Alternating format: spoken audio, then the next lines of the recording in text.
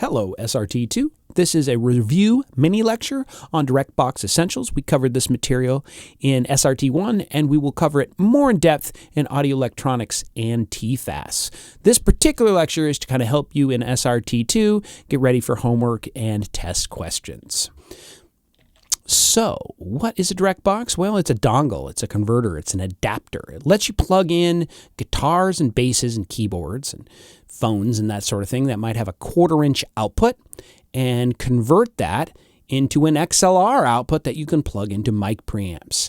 Along the way, you're doing a couple other things here, not only changing 1/4-inch to XLR, but you're also changing unbalanced to balanced and an impedance conversion as well. You're going from a high Z to a low Z. Direct boxes are also known as DIs, which some people forget that stands for direct injection, direct injectors. So let's dive into the theory here. Professional audio gear connects with what's called a low impedance balanced interface. And there's two parts here. There's the impedance and there's the balanced.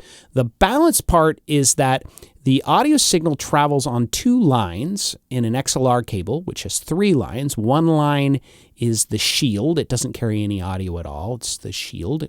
And the other 2 lines, pin 2 and pin 3 on the XLR, are known as the hot and cold. And they're twisted together very tightly in the cable. And these 2 lines here, the red and the blue here, pin 2 and pin 3, they carry the audio signal. And the preamp on the receiving end will measure the voltage between those 2 pins and amplify it, and that's your audio signal going on down your chain. But noise from the outside world, electromagnetic noise, hum and buzz, that sort of thing that gets on the cable, it gets induced on both of these wires, and since they're twisted together so tightly, both of them receive the same amount of voltage of noise.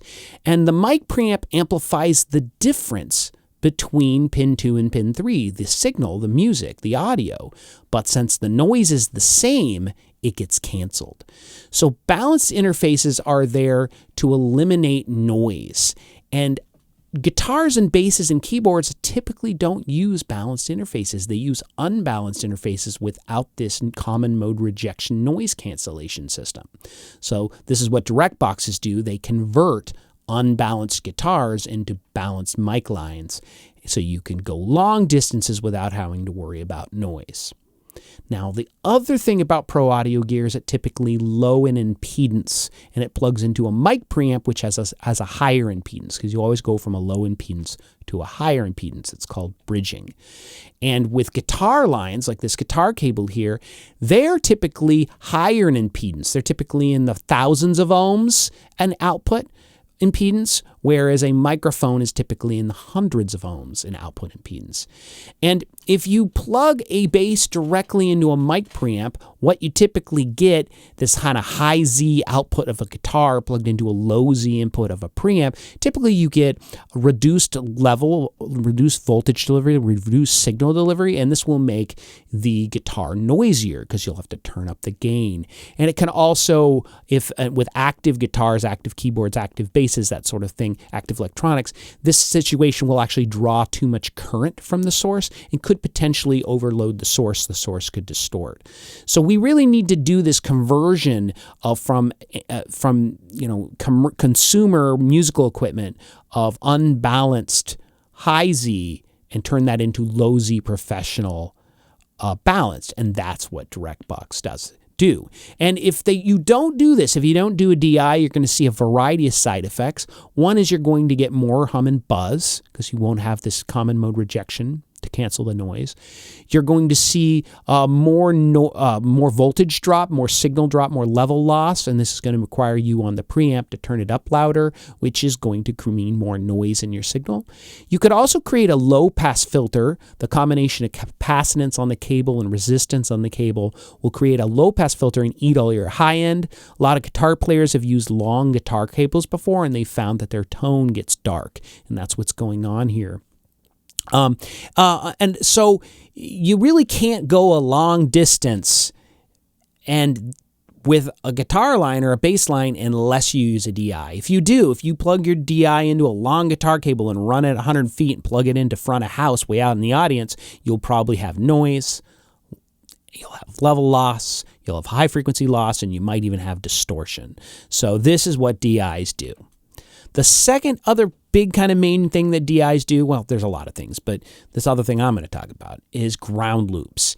If you've got a bass amp on stage and it's plugged into an electrical outlet, you've got a console out in an audience, you plug it into an electrical outlet, and then you run a cable between the two, you actually create an electrical loop.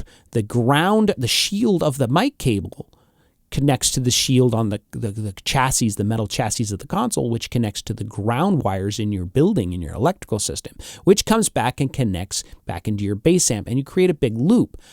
And if there's any noise in the ground line, and it's kind of complicated how the noise gets there, and I'm not really going to talk about it here, but if there's any noise there, it can drive noise currents down the mic line. And if the voltage is high enough, if the current is great enough, those noise currents can get into the console and create hums and buzzes. And this is very, very common, happens all the time. And DIs create a really easy solution for this. You flip the ground lift, and you flip the switch, and this isolates and breaks that loop, and the hum and buzz goes away. So anybody who's done any shows or recording knows if the bass is humming, flip the ground lift on the DI. So that's what DIs are for with grounds. So let me summarize here before we end this little first video. What do DIs do? Well, they connect unbalanced outputs that are high Z into low Z balanced inputs. And this solves a lot of problems. It keeps your electromagnetic interference, your noise down.